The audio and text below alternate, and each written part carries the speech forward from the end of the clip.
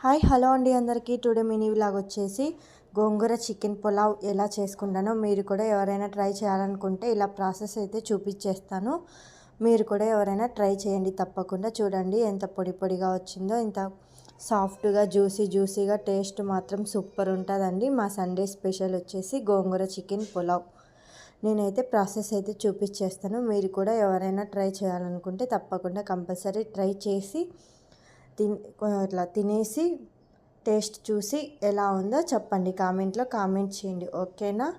ప్రాసెస్లోకి అయితే వెళ్ళిపోదాం. ఇంకా స్టవ్ వెలిగించి ఒక కడాయి అయితే పెట్టేసుకొని తగినంత ఆయిల్ అండ్ గీ అయితే వేసుకోవాలండి. హీట్ అయిన తర్వాత చూడండి అలా 2 స్పూన్స్ గీ అయితే వేసేసుకొని ఇంకా దానిలోకి సాజీరా, చెక్క, లవంగ, బిర్యానీ ఆకు, కొంచెం కరివేపాకు అయితే వేసేసుకొని పోపు అయితే వేసేసుకోవాలండి. ఇంకా ఆ తర్వాత ఆనియన్, పచ్చిమిర్చి అయితే వేసుకొని కొంచెం గోల్డెన్ బ్రౌన్ కలర్ వచ్చేంత వరకు అయితే వేయించుకోవాలి. ఫ్రెష్గా దంచి పెట్టుకున్న అల్లం వెల్లుల్లి పేస్ట్ అయితే వేసుకోవాలండి. అప్పటికప్పుడు దంచి పెట్టుకున్న అల్లం వెల్లుల్లి పేస్ట్.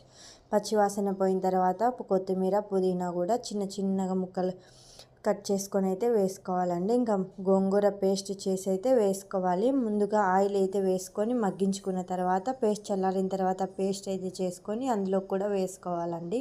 గోంగూర టేస్ట్ మాత్రం సూపర్ ఉంటుంది. ఎవరైనా తప్పకుండా ట్రై చేయండి.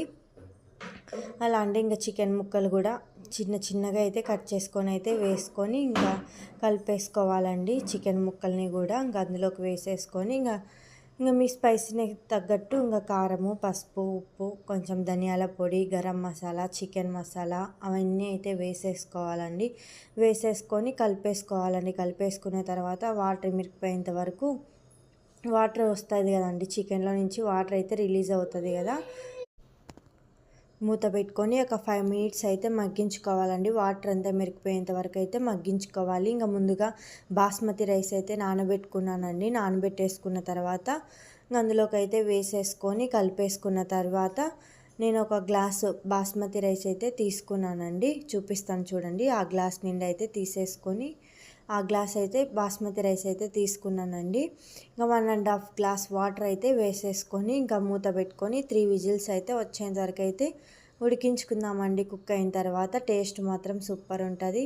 ఇంకా ఫైనల్గా పైన కొత్తిమీర అండ్ పుదీనా అయితే గార్లిక్ కోసం చేసుకున్న తర్వాత కొంచెం గీ 2 టేబుల్ స్పూన్స్ గీ కూడా వేసుకొని ఇంకా మూత పెట్టేసుకొని 3 విజిల్స్ వచ్చేంత వరకు ఉడికించుకోవాలండి. బాయ్ అండి. వీడియో నచ్చితే లైక్, షేర్ అండ్ సబ్స్క్రైబ్.